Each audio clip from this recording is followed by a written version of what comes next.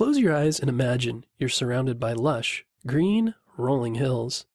A gentle rain is falling, but the clouds aren't just overhead. They seem to gently kiss your cheeks. Clouds blanket the far-off, jagged peak of Mount Kenya, or Kirinyaga, the bright place, the second highest mountain in Africa. The dirt under your feet is rich, red-brown, and trees in the forest beckon you to explore. This is the world Wangari Maathai knew as a child. Born in the rainy seasons in the highlands of Kenya to a farming family, she spent a lot of her time outdoors.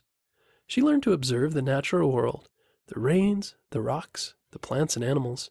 She grew her own garden, diligently tending her crops. She fetched water from the spring where it bubbled up out of the ground and found hidden hideaways behind the forest plants. She learned how the rain fed her family's crops, which fed her family and provided them with income when they sold the excess. She learned how the rain flowed down to rivers, providing clean drinking water for people and animals. She learned to respect nature because it could be dangerous. Animals hid in the forests, leopards and elephants. She learned to care for it because it could also be fragile. Human beings could easily throw things out of balance by taking more than they needed from it or not protecting what it gave them.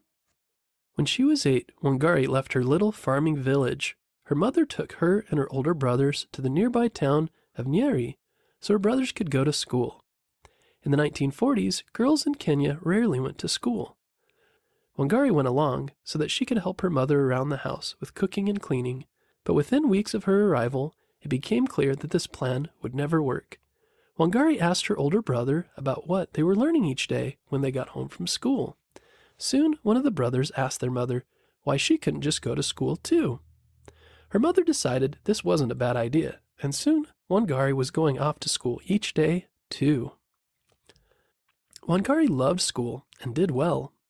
She especially loved learning about the living world, the plants and animals that had been her constant companions when she lived in her small farming village. She graduated high school in 1959, but didn't want to stop. As unusual as it was for a girl to finish high school in Kenya at the time, it was almost unheard of for one of them to go to college. But Wangari heard about a program that sent Kenyan students to the United States for college. She applied and got a scholarship. Wangari was off to study at Mount St. Scholastica College in Kansas. The 1960s were a time of big social changes in the United States. Women and African Americans were fighting for rights that they had been denied for a very long time. They wanted equal opportunities to work and go to school, and they wanted unfair laws to be struck down. It was an exciting time, and Wangari embraced the ideals of equality and freedom. She went on to get a master's degree in biology at the University of Pittsburgh before returning to Kenya. While she was gone, Kenya had gone through some big changes of its own. The country had been controlled by the British Empire since the 1920s, but in 1963 it gained its independence. When Wangari returned, she came back to a country that was finally run by its own people. She was excited to be part of her country's history. She hoped she could help it become a place where all people have equal rights and opportunities. But Wangari still wasn't done learning. She began studying to become a veterinary doctor at the University of Nairobi.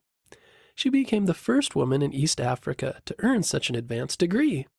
She began working as a professor at the university, teaching others about veterinary medicine. A veterinarian is a doctor for animals. Even though she was busy working at her job and starting a family by this time, Wangari kept thinking about how she could help make her country reach the ideals of democracy and equality. She took time to notice the problems facing the people of Kenya. One thing she noticed was that the lush, green hillsides she had explored as a child, the forests that had first taught her about the natural world, had changed. So many trees had been cut down that the land looked bare. Under British rule, people had cut down huge swaths of forest to make way for crops that could be sold for lots of money overseas, like coffee and tea.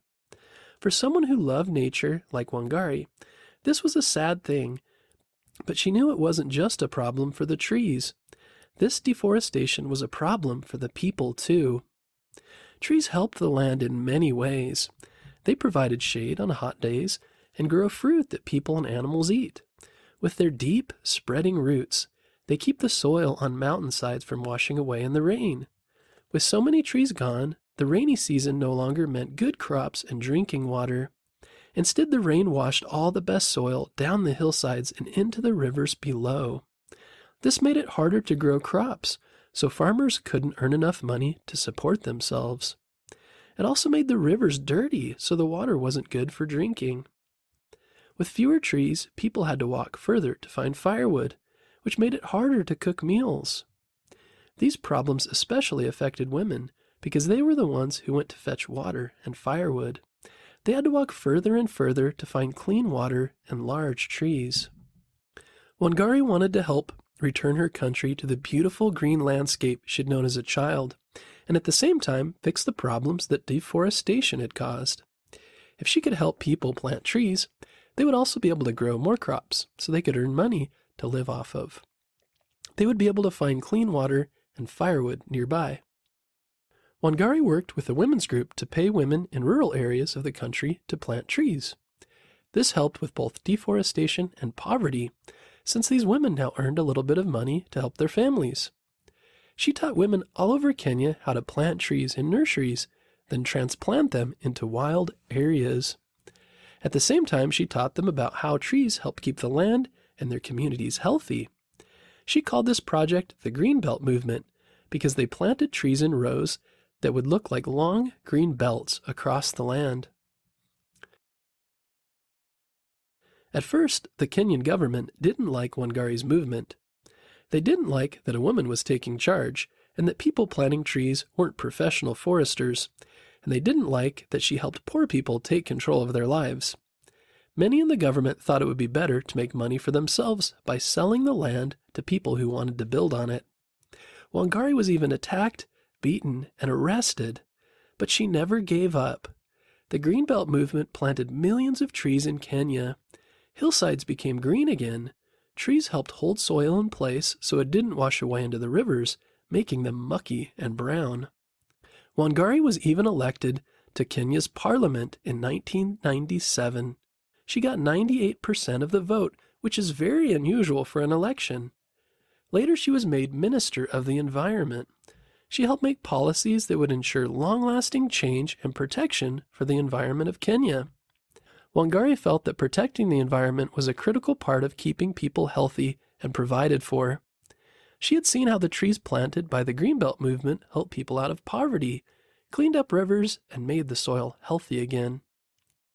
Over time, her movement started to mean more than just trees. People started to see that it was about helping people who were suffering, and when you do that, you create a more peaceful society. When people have what they need, they can help others too. They also saw that the small act of tree planting, when so many people did it, had a huge impact. This is how democracy works too. When enough people vote and speak out, small acts can amount to big changes.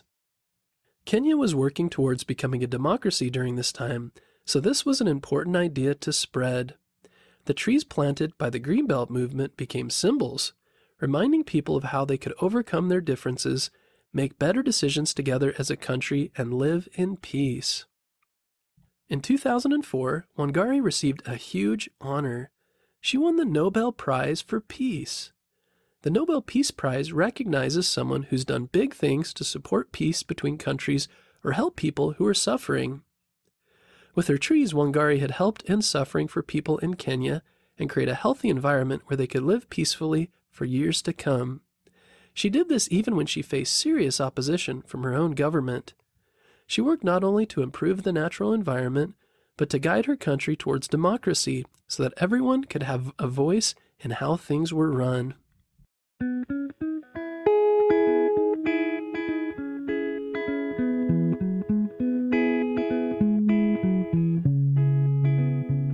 In 2011, Wangari became ill and passed away, but the movement she started continues. They still plant trees in Kenya, but also partner with other groups around the world to plant trees and tackle other problems like climate change and inequality. Even though the world faces a lot of big problems, it's important to remember that even small acts can lead to big change if enough people do them. There are so many things you can do to help too. Plant a tree, donate food to a food pantry, or just say a kind thing to someone. If you do it, maybe someone else will too. All these little acts add up, bringing us closer, as Wangari put it, to a time when we have shed our fear and give hope to each other. Thanks for listening to this episode about Wangari Maathai, and be sure to check in next week for a new episode.